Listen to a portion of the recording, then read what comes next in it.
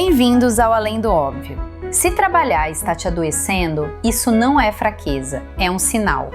Eu sou Giovana Tarazzi Jurca, advogada trabalhista, e nessa temporada a gente fala de burnout não como exceção, mas como consequência do trabalho moderno.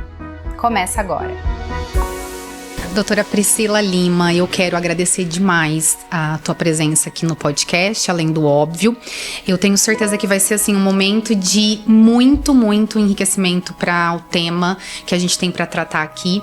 E eu queria muito começar esse nosso papo, esse nosso diálogo aqui, falando sobre a tua experiência enquanto neurocientista e dialogando com esse tema do burnout, que é um tema tão sensível. Se possível que a gente possa falar sobre o burnout atrelado à alta performance também.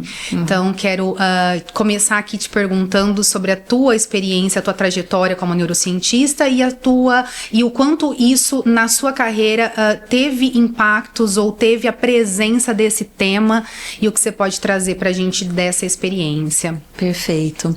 É um prazer compartilhar esse momento com você, doutora. Eu acredito que essa iniciativa, ela contribui sobremaneira, levando informação às pessoas que precisam entender, né, essa questão que é tão sensível, tão crítica da nossa população hoje em dia, né, é um assunto contemporâneo, então a gente precisa falar sobre isso, e sendo um assunto complexo, ele precisa ser olhado sob diferentes perspectivas, né, então eu espero contribuir com a perspectiva do funcionamento cerebral. Perfeito. Então, que é onde eu entro como neurocientista. Perfeito. Bem, eu sou biomédica de formação, fiz o meu mestrado, meu doutoramento, meu PhD com uma parte no exterior aqui na USP de Ribeirão Preto, onde então eu me graduo como neurocientista já são uns 15 anos na área. Então, muita experiência. Estudando o cérebro, me dedicando ao estudo do cérebro, que é algo que absolutamente me fascina, encantador e não tem fim, né? Sensacional. Cada vez mais a gente aprende mais coisa e isso é maravilhoso. E nessa trajetória como neurocientista, além, claro, da produção acadêmica que é inerente à área, eu atuo atualmente como docente universitária na área de neurociências também. Tenho uma empresa, a Neuroconcept, onde a gente trabalha com alta performance de estudos, né? Uau. Então, eu me dedico bastante a essa parte de aprendizado, neurociência do aprendizado, e trabalho sobretudo com universitários, né? Mas não apenas. E a alta performance, ela vai se aproximando da minha vida nesse sentido, né? Quando eu vou enxergando dentro da neurociência esse campo para eu me aprofundar e entender realmente como é um cérebro em alta performance, como que isso se constrói, e eu fui ampliando essa perspectiva da alta performance, tendo a questão do estudo, da parte da mentoria de performance acadêmica que eu coordeno na empresa e que me é um projeto muito valioso. Além disso, trazendo a questão da alta performance para outros cenários, né? Olha só. Que é quando eu me encontro, por exemplo, com o interesse que vem por parte das empresas. Certo. Então, sobretudo com as atualizações, né? Quando a gente pensa em NR01, como que isso passou a ser olhado com um pouco mais de cuidado, né? Na necessidade, e aí alguns gestores, líderes querendo entender como que é isso, o que acontece? E aí que eu venho com o conhecimento. Pegando o gancho dessa sua colocação, doutora Priscila, há uma preocupação das empresas a partir da norma regulamentadora, do ponto de vista da exigência, interesse e estímulo que eles têm à alta performance dos colaboradores, ou há um ponto de interesse relacionado a justamente um receio de qualquer tipo de punição por conta da norma? Há Os dois cenários existem, mas para minha grata surpresa, eu me deparei mais com situações que refletem a primeira opção, de gestores e líderes que estavam realmente empenhados em tentar entender como que é possível, e se é possível, extrair o melhor dos seus colaboradores, porque isso é um papel importante do líder, Perfeito. né? Como extrair o melhor dos seus colaboradores de maneira sustentável. Sem adoecer. Né? Sem adoecer, porque são mentes saudáveis que fazem negócios crescerem, né? E não mentes doentes. Exato. E quando a gente toca nesse assunto, isso é muito delicado, porque entra numa questão em que se você quebra a perna e não pode vir trabalhar, eu vejo a sua perna quebrada. Perfeito. Né? Agora, o dano é visível. Ele é tangível. Ele é tangível, ele é concreto. Agora, quando você se apresenta com uma situação de burnout, infelizmente sim, ainda há vários setores, em vários lugares a gente se depara com a situação de que não é isso, que bobagem. Do questionamento. Do questionamento, de invalidar realmente aquela queixa, né? Exato. Mas, como eu sempre digo, o conhecimento é que precisa estar presente para que as coisas, elas de fato vão começando a crescer, ganhar corpo. No começo, é natural que venha com essa roupagem da regulamentação e que isso traga, né, um impositivo, uma multa, alguma coisa, o que quer que seja, para que isso se instaure enquanto cultura. Né? Foi assim com a ergonomia. Então, Exato. Quando agora começa, infelizmente um pouco tarde, né? Com a saúde mental, eu acho que vem com esse caminho também. E que venha, né? Porque se não vem pelo caminho inverso, então ok, que venha por esse, né? Do fim pro começo, né? Mas que venha, exatamente. Tá. E olhar o que é possível, né? Dentro disso, de extrair o melhor do colaborador, e dentro disso existem tantas perspectivas. É muito curioso, doutora, quando a gente olha, por exemplo, para empresas nas quais eu já dei palestras, já conversei com os colaboradores, que são empresas onde a criatividade, por exemplo, é muito importante.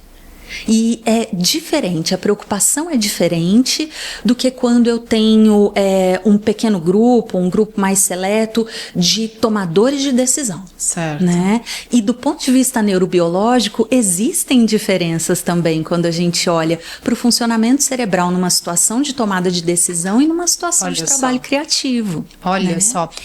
Aproveitando então essa sua colocação, doutora Priscila, eu tenho, né, muito interesse desse nosso papo, por conta justamente da sua dedicação diária de estudo. O que acontece, sendo bem direta, bem pragmática, o que acontece com o cérebro de uma pessoa adoecida por burnout?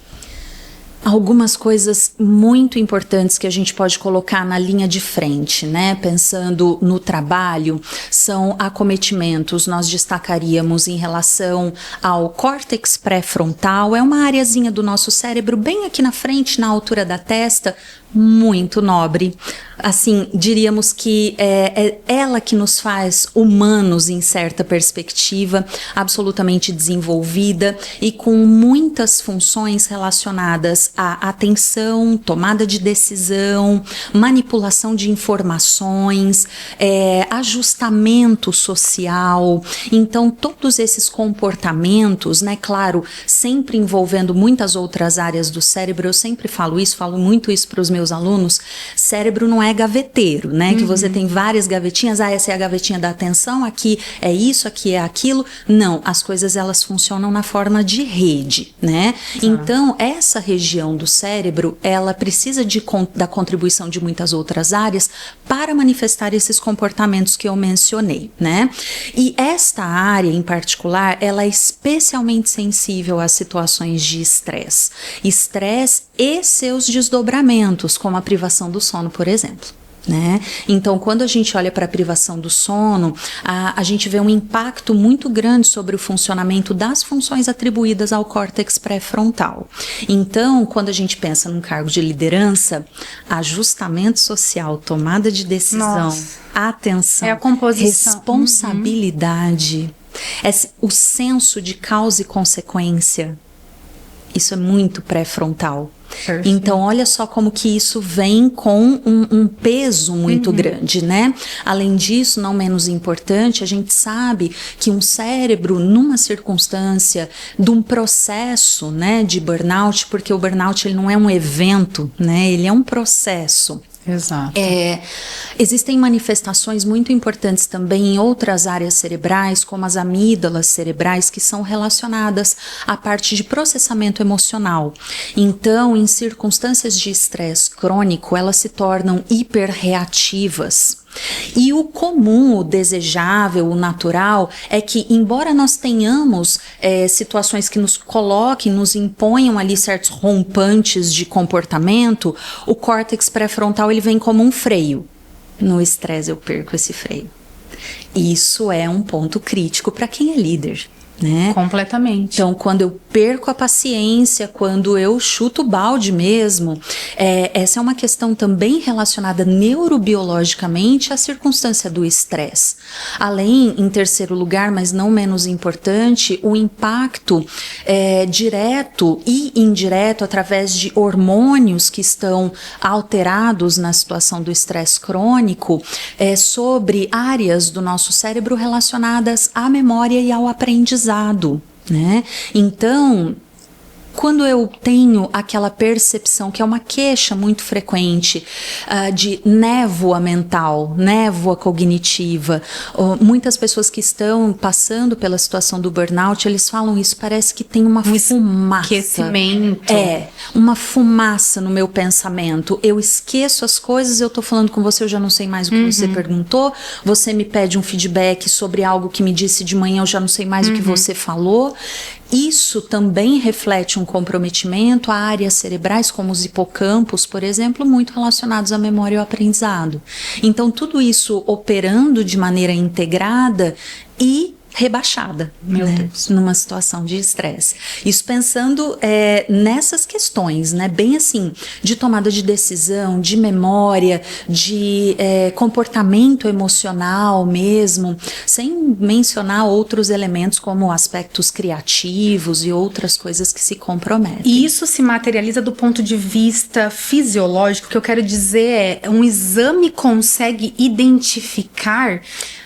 Não, um exame não consegue identificar, pelo menos as técnicas que nós temos hoje em dia, nós não temos com uma fundamentação científica robusta, qualquer exame que nos dê uma base para firmar um diagnóstico, tá? Então o diagnóstico ele parte essencialmente de um levantamento clínico, existem instrumentos como questionários. E a partir de exclusão, doutora? Também, mas do ponto de vista neurobiológico, a gente sabe, sim, que esses processos existem. Só que a gente não consegue confiar nas técnicas que nós temos até agora como ferramentas diagnósticas, tá? Então, não existe um exame de imagem em que eu vá identificar uma área com um funcionamento alterado. Mas toda a pesquisa dentro da neurociência me mostra, a partir de estudos muito bem controlados e muito bem desenhados do ponto de vista metodológico, como é um funcionamento do cérebro para determinadas funções dentro daquilo que eu espero na normalidade, considerando a individualidade, e o que é o alterado. Eu só não consigo transpor isso para uma ferramenta diagnóstica, mas a literatura científica é robusta nesse sentido. E do ponto de vista da neurociência, é possível um profissional como a senhora avaliar e colocar distinções entre um cérebro que está adoecido por uma depressão, por uma ansiedade ou especificamente por uma doença de burnout? Quando a gente pensa no burnout, o ponto central é o trabalho. Né? Perfeito. Então, podem sim se apresentar sintomas muito semelhantes e que conversam mesmo diretamente com a ansiedade, com o pânico, com a depressão, só que dentro do contexto laboral. Exatamente. Isso é um ponto muito interessante e importante, porque muito se olha o burnout olhando para a doença. Exatamente. E o burnout, diferente, eu acredito, de outras doenças do trabalho, é realmente você olhar ela para a causa principal, que é aquele ambiente laboral e o que está acontecendo ali para que isso, né, seja. E eu quero até aproveitar para te questionar sobre esse outro ponto, que a gente, do lado de cá, enquanto profissional da área jurídica, a gente discute muito sobre isso e talvez a gente não tenha muito esse lugar para falar sobre. Eu acho que a senhora é a melhor profissional para poder debater esse assunto, que é a parte das sequelas. Porque há profissionais que dizem, não, tirou do contexto laboral, tirou do ambiente de trabalho, obrigatoriamente você tem que ter a cura ou ter a melhora. Mas se é só a melhora, então naturalmente com o passar do tempo, ou a mudança de local de trabalho, ou a mudança de emprego, enfim, ele não vai ter o porquê se falar novamente naquela causa. E a doença tem que ter fim. Como que a senhora enxerga isso do ponto de vista da neurociência? A sequela fica? A experiência fica. Né? Não necessariamente uma sequela, mas uma experiência fica. Eu vivi aquilo, eu passei por aquilo me deixou marcas, e como eu vou lidar com elas e eventualmente transformá-las em recursos. Né? Então esse é um ponto também importante, porque quando a gente pensa no burnout, essa situação de, se eu tiro do contexto, se eu tiro do cenário, isso vai melhorar, é um ponto delicado, né? Porque o burnout, ele não se diminui, ele não se atenua com um descanso.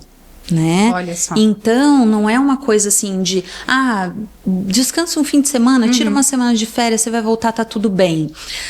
Existe algo problemático naquela relação, naquele cenário, naquele contexto, que ao se reinserir, aquilo tende a se manifestar novamente. E né? Fatores, porque ele também está atrelado, a gente fala muito sobre a exaustão em relação à entrega, demanda e jornada.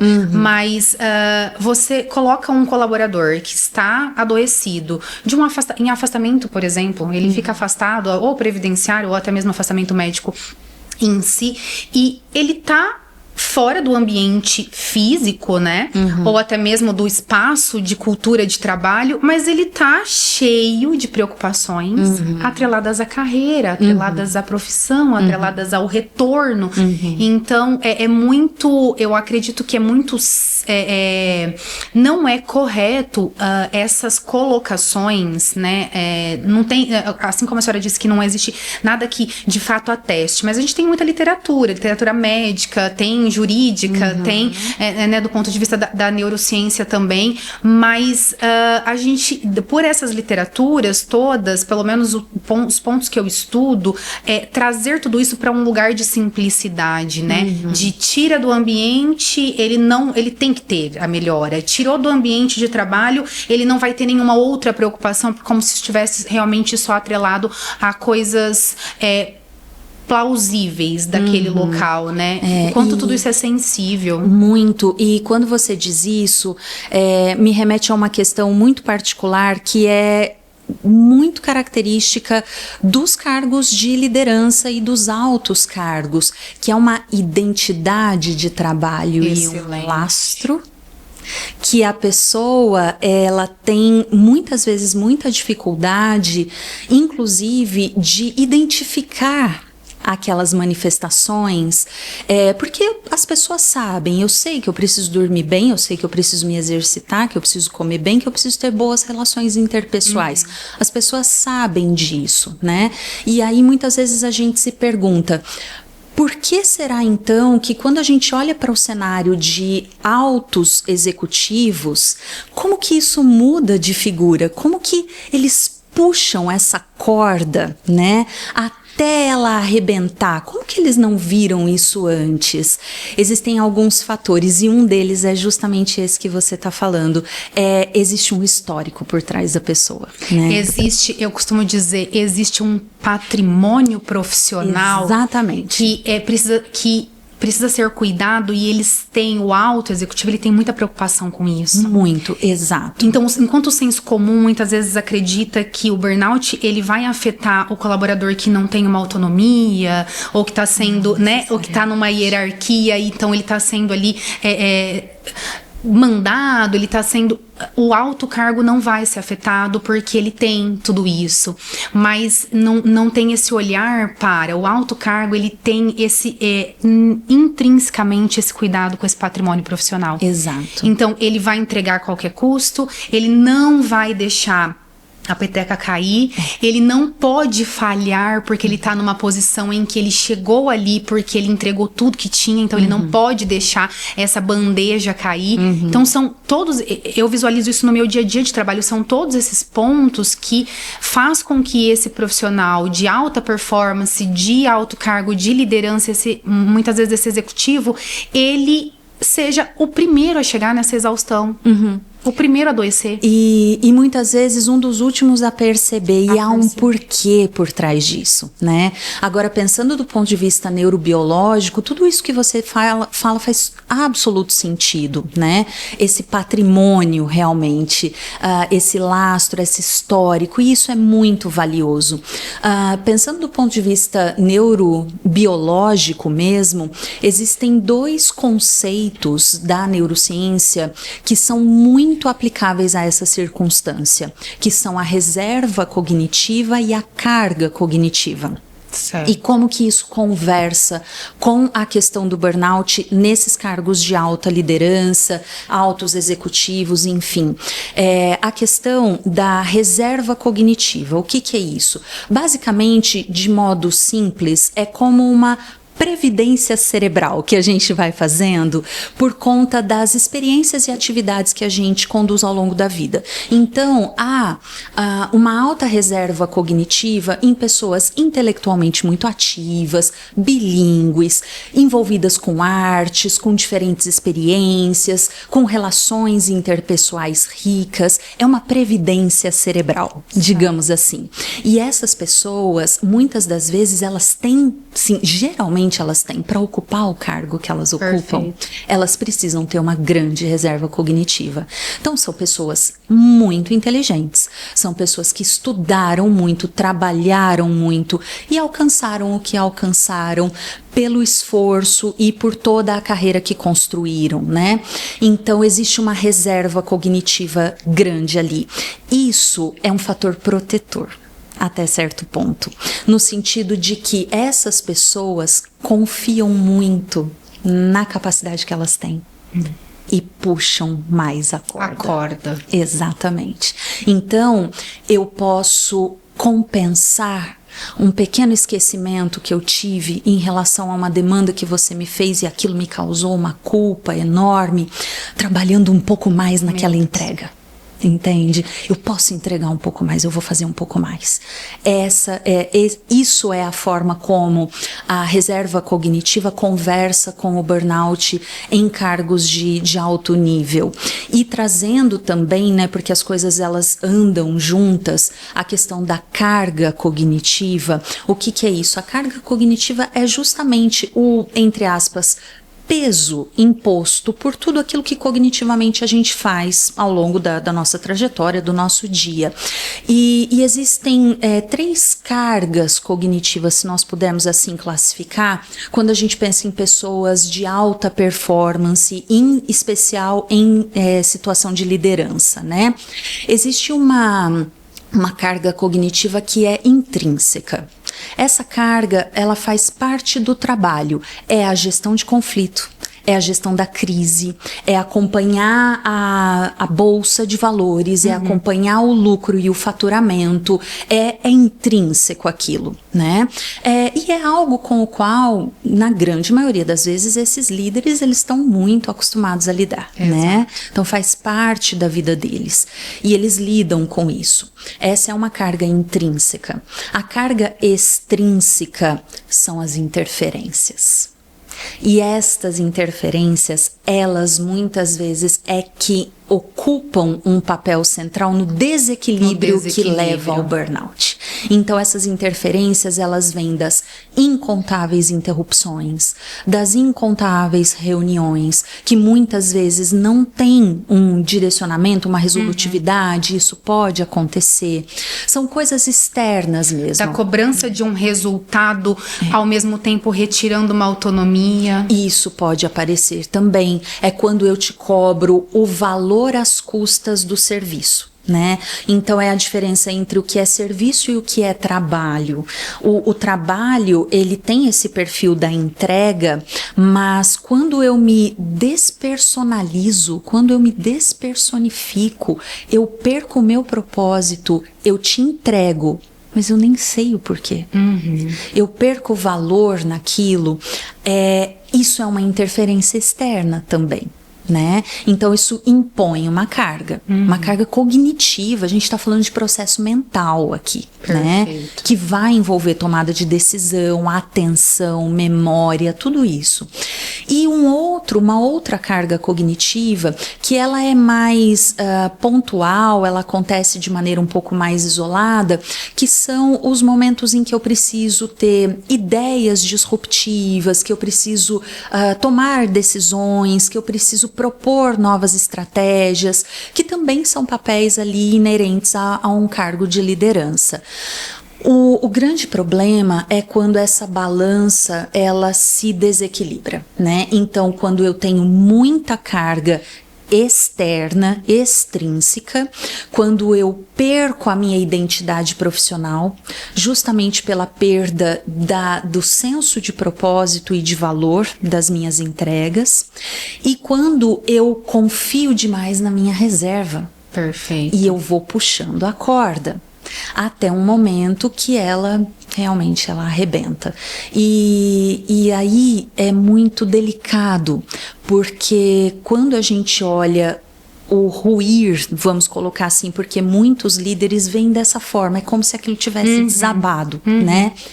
Vem de cima para baixo. E aí todo mundo sai fazendo olha, estrago. Exatamente, aí todo mundo olha para aquilo e fala: meu Deus, mas se até ele tá doente, até ela tá doente, todo mundo tá doente, né?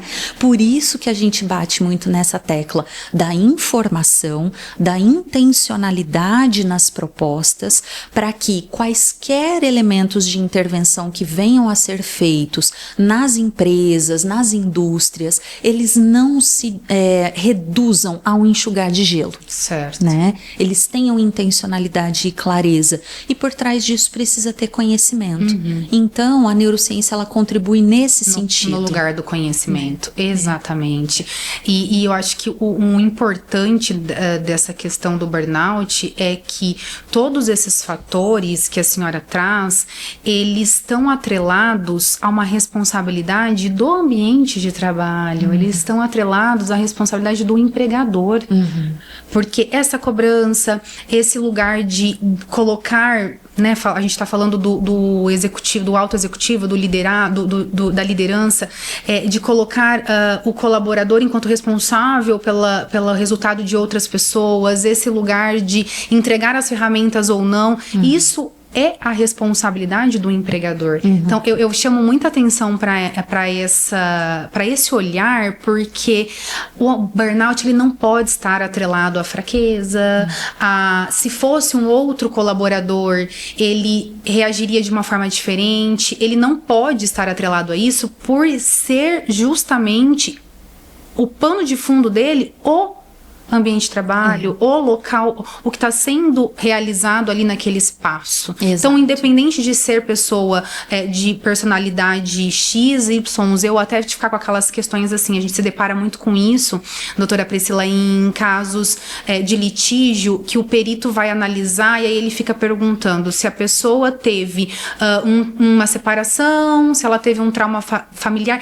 Muitas vezes eu me questiono, ok, ele está indo por muitas exclusões, mas o fato daquele colaborador ter tido ou ter passado por uma separação, ou ter passado por uma perda, ou ter passado por um problema financeiro, isso significa que ele não pode estar num ambiente que está adoecendo ele por burnout? Não. Isso não significa. Você pode ter uma pessoa que está passando por várias situações, inclusive pelo burnout. Então, é muito perigoso quando a gente coloca nesse lugar de interpretação, em especial quando a interpretação vem para a tomada de uma decisão. Se aquilo é devido ou não é devido, se aquela pessoa teve ou não teve a doença. É tão sensível. Eu tenho casos que eu cuido de cliente que o mais difícil é eu voltar para esse cliente, em especial porque eles são clientes de alta performance, de tudo isso que a senhora está dizendo, de muita dedicação profissional, de uma dedicação exclusiva para uma carreira de 10, 15, 20 anos, voltar para ele depois de adoecido, depois de tudo, e dizer assim, a entrega da prestação jurisdicional não vai acontecer porque o médico entendeu que você não teve o burnout. Porque ele entendeu que você não teve porque você teve uma perda familiar de um ascendente de 2º grau no mesmo ano em que você teve os grandes problemas que você teve na empresa.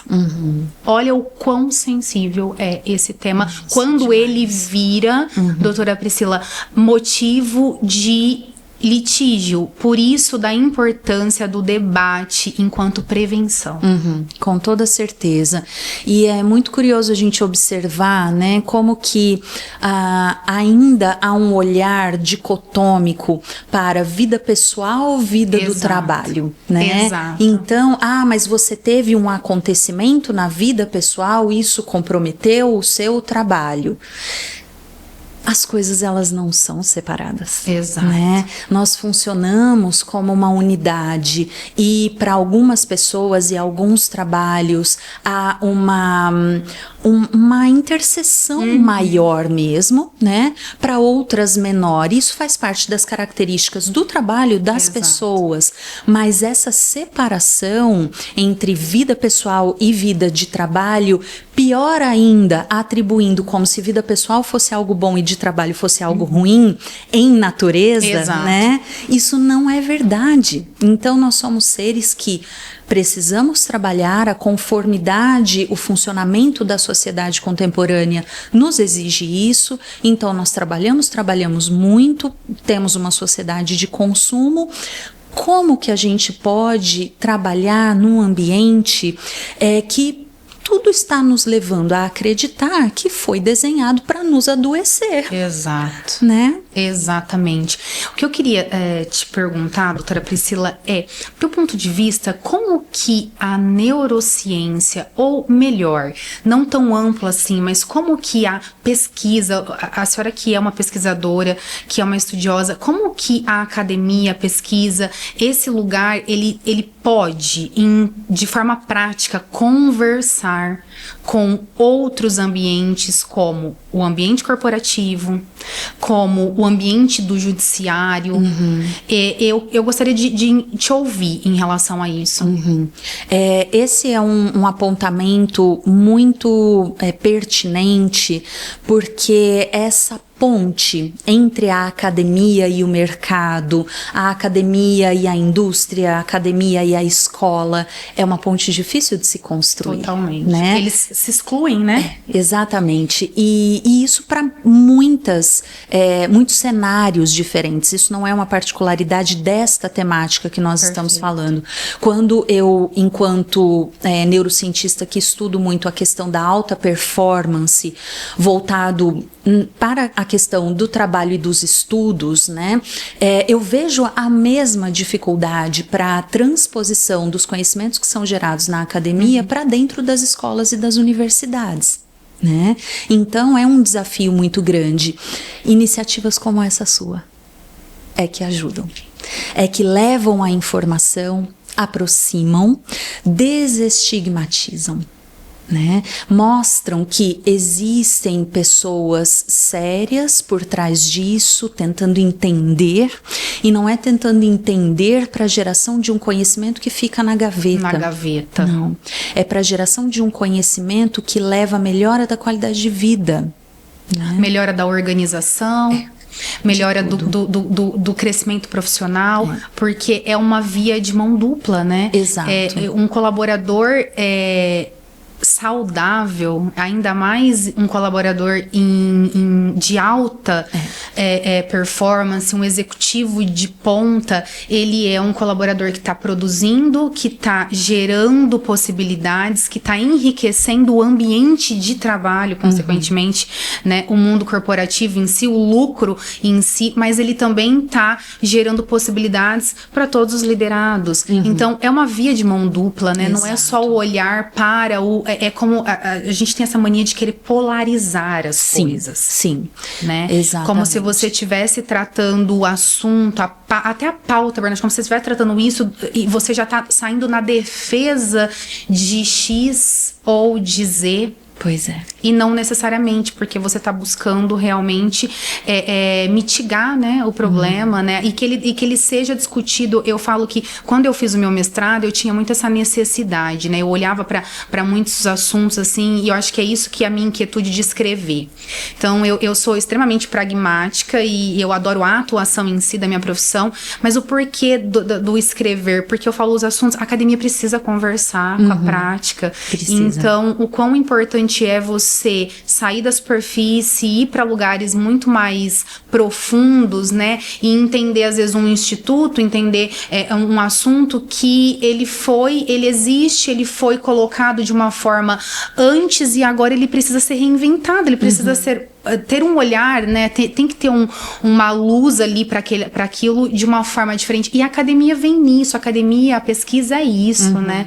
Essa é a importância do pesquisador. Então, não é ficar ali produzindo aquele monte de estudo para não ter aplicação. Exatamente. Então, eu acho que a importância, o além do óbvio, ele vem muito disso, dessa minha inquietude, dessa necessidade de fazer com que os assuntos, eles sejam colocados de uma forma fundamentada, de uma forma plausível, que os profissionais, que nunca é um profissional, então, quando a gente fala de burnout, eu acho muito curioso, doutora Priscila, que às vezes o psicólogo se coloca para falar do assunto e ele acha que ninguém mais pode falar sobre aquilo, né? Ou o advogado porque ele acha que o jurista, enfim, que ele acha que é um assunto relacionado à área jurídica. Esse assunto só é jurídico se ele precisar ser levado para discussão jurídica. Do contrário, ele não é. Ele é muito mais da neurociência, né, cotejando com um espaço de trabalho social do que propriamente jurídico. Então, a importância de trazer pessoas aqui como a senhora, e a gente teve convidados, tem médico, psicólogo, o neurocientista, é todo mundo abrindo o diálogo para a temática, que é uma temática importante. E nós conversávamos há pouco, ela gera outros tantos problemas, né? E o quão triste é porque não é uma doença que você consegue mitigar a partir simplesmente de regulamentação. Aconteceu um acidente de trabalho porque caiu, machucou, quebrou a perna, obrigatoriamente se abre um comunicado de acidente. O burnout, não. Eu ouso dizer que desconheço um comunicado de acidente de trabalho, e olha que eu faço isso diariamente. Eu desconheço um caso que eu tenha me deparado que tem um comunicado de acidente de trabalho a partir do diagnóstico de um burnout. É um tema que ainda há muito a se explorar, né? De todas as perspectivas. Eu acho que quando estas iniciativas como a sua, de aproximação e entendimento, né? Fundamentação, para que a gente consiga compreender melhor e contribuir de maneira mais objetiva para o avanço da ciência e, por conseguinte, para a melhora das relações, né? Quando isso acontece, todo mundo sai ganhando, né? E aí as coisas, elas tendem a ir se encaixando um pouco mais. Talvez, se nós tivermos essa conversa novamente daqui 5 anos, o cenário já seja outro, né? Então as coisas mudam muito rápido, mas essa ponte, ela é fundamental, né? E aí quando se consegue alcançar, especialmente estas posições de liderança, esses altos cargos, e eles percebem que eles também estão numa situação vulnerável, que eles também precisam olhar para si e para suas relações e suas carreiras.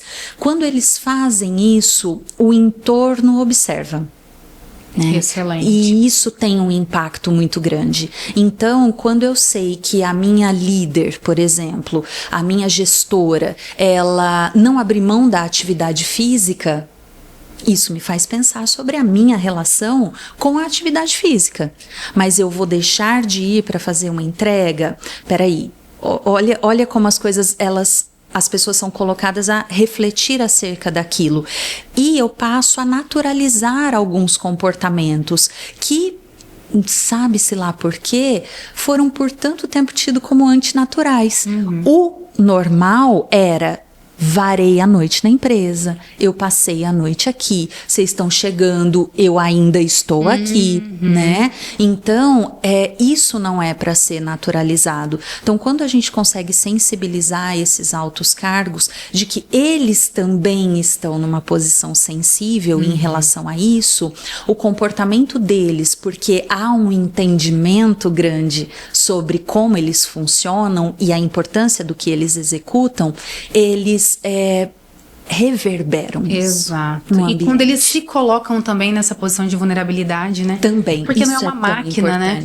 Isso então, quando você vê realmente um gestor, um líder que se reconhece enquanto eu preciso diminuir, eu preciso desacelerar, eu preciso cuidar de outros aspectos da vida que não só esse, você também consegue naturalizar, né? Para os demais, né? Para os liderados todos, que isso tem que ser visto, que você tem que cuidar desses papéis também, né? Esse é o grande ponto, doutor. Eu acho que esse é um ponto fundamental.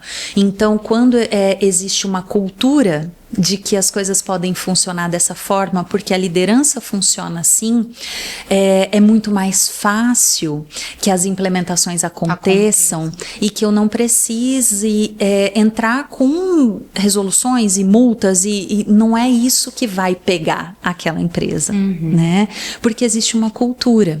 Então, quando um gestor, um líder, ele reconhece elementos como esses que nós discutimos aqui, que muitas vezes passam desconhecidos por essas pessoas, por não ser mesmo da expertise delas. Essas questões como as que eu trouxe, de carga cognitiva, reserva cognitiva, por que isso coloca pessoas de alto patamar numa posição sensível quando se fala de burnout, o mesmo raciocínio que a gente vai usar para mostrar para eles como que eles podem se instrumentalizar para dirimir os danos. Perfeito. E como que eles podem trabalhar isso. Existem estratégias, né? Existem estratégias porque o trabalho, ele estressa. Sim, isso faz parte. Porém, se eu consigo pelo menos encontrar uma dinâmica de stress and rest, eu puxo, eu vou fundo, eu entrego, eu solto. Eu equilibro. Exato.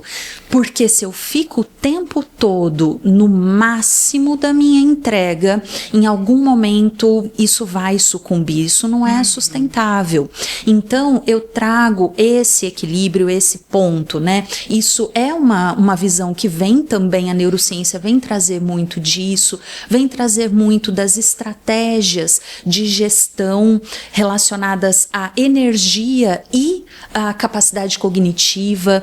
Eu, enquanto neurocientista, eu gosto muito de falar de gestão de energia e capacidade cognitiva muito mais do que a gestão de tempo, por exemplo, né? Então, como que eu posso utilizar esses recursos? Como que se recarrega? Um burnout não se recarrega com 8 horas de sono. Olha só. Então, quais são as estratégias? Como que isso pode ser feito? Nós temos na nossa vida muitas fontes de recarga. E a gente precisa olhar para elas. Uma delas, e uma muito importante, são as relações interpessoais. Né? Então, a qualidade dos meus relacionamentos, com quem eu me relaciono, e isso, claro, vale da porta da minha casa para dentro, vale dentro da minha empresa também. Então, quando a gente fala num líder que ouve. Eu costumo falar, tem os ouvidos de ouvir. Não é só o de escutar, porque a demanda, porque isso, porque aquilo. É o que para, o que olha nos olhos do colaborador e ouve. Genuinamente é a escuta ativa. Exato, né? Exatamente. Porque aí ele sabe o que ele consegue extrair de melhor daquele colaborador. Especialmente daqueles colaboradores que também são de alta performance. Exato. Porque é muito comum que sobre eles recaia uma carga grande de demanda. Exato. Né? Você tem uma equipe, mas é muito comum a gente ver isso. São sempre os mesmos ocupando o fronte. Porque eles precisam aguentar, eles têm que aguentar, eles não estão ali à toa, eles estão ali porque eles, né, seguram. Exato. E que coisa sensacional e delicioso esse nosso papo, porque eu tiro muito dessa nossa conversa, doutora Priscila, o quanto o mercado de trabalho, as empresas precisam se atentar que a neurociência pode ajudá-los. Pode. E que coisa, porque é algo que pouco se fala. Quando você vai buscar, você vê uma empresa e que não, se não for pela conformidade genuína, pelo interesse, né, por essa conformidade da responsabilidade, então que seja pela conformidade do regramento, que tá batendo aí na porta e que o mercado possa entender que a neurociência e os profissionais como a senhora pode contribuir sobremaneira para esses ajustes que eles buscam, porque às vezes a gente recebe no escritório o cliente que ele quer entender quais são os ajustes que eu preciso fazer porque a NR tá chegando aqui. Né? E aí é conformidade, né? A cultura, o ajuste da cultura com a ética, com o olhar pro colaborador, pro humano, pro que está sendo praticado na empresa. Que mesmo precisando, né, dessa, igual a senhora tem a sua atuação em específico em alta performance e eu também em relação aos clientes que eu atendo, mas em especial nisso, para você buscar o melhor, a maior performance que você precisa para trazer o lucro que você deseja, né? Então eu tiro muito disso, que foi uma grata surpresa para mim da nossa conversa, o quanto que a neurociência, que o seu trabalho pode contribuir realmente não só para esse campo da academia em si, mas para um campo real de mercado de trabalho mesmo, do que está batendo na porta, do que a gente tem para colocar em prática e ferramentas para se resolver este problema de estar conforme à norma regulamentadora. Sim, a neurociência ela vem crescendo muito e cada vez mais. É curioso até a gente comparar, por exemplo, não existe cardiociência, gastrociência. Por quê? Porque quando a gente olha para o cérebro, aí as coisas se tornam múltiplas, complexas, e as interfaces só aumentam, né? Então eu preciso de todo um arcabouço científico para entender, né? Para compreender e me aprofundar no funcionamento desse órgão fantástico. E embora as neurociências elas venham ganhando uma repercussão maior, cada vez maior, a gente precisa ter cuidado e de fato procurar pessoas que são dedicadas à área, porque entender sobre o cérebro requer uma trajetória de estudo muito grande, né? Uma dedicação muito grande, e há pessoas muito sérias trabalhando com isso e dispostas a fazer essa ponte, né? Graças a Deus. A levar informação e a levar uma informação que é técnica, que é científica, de modo acessível e aplicável. Né? Isso é o mais importante. Exato. Isso é uma parte muito gratificante do trabalho que eu faço. Eu gosto muito de fazer quando eu vou às empresas, quando eu converso com líderes. Isso para mim é muito gratificante, porque muitas das vezes eles falam: meu Deus, eu nunca tinha pensado nisso. Sobre esse ponto de vista. Que era assim, que poderia ter esse impacto, e que há estratégias, e que não são estratégias do tipo, parece interessante. Teoria. Não. Há um consubstanciamento ali. Então, isso é muito importante. Eu fiquei encantada com a nossa conversa. Eu quero agradecer demais a tua presença aqui, a tua disponibilidade, que eu aprendi muita coisa que eu vou levar com certeza pro que eu faço no dia a dia, e eu tenho certeza que levamos para quem tá nos ouvindo muita informação que assim como não era do meu conhecimento, também não era dessas pessoas. Que bom. Esse é o nosso grande objetivo. Obrigada, doutora Priscila. Sou eu quem agradece, doutora. Foi um prazer enorme poder compartilhar esse momento, as perguntas, toda a sua condução irretocável do nosso papo, em que eu pude trazer um pouquinho da neurociência, falar um pouquinho sobre ela e como que ela tem tudo a ver com a nossa vida. Afinal de contas, todos nós temos cérebro, então a gente precisa tirar o melhor proveito dele. E então foi um prazer enorme. Muito obrigada pelo convite. Obrigada. Você ouviu o Além do Óbvio, porque trabalhar não deveria adoecer e normalizar o excesso tem consequências. Eu sou Giovana Tarazi Jurka. Até o próximo episódio.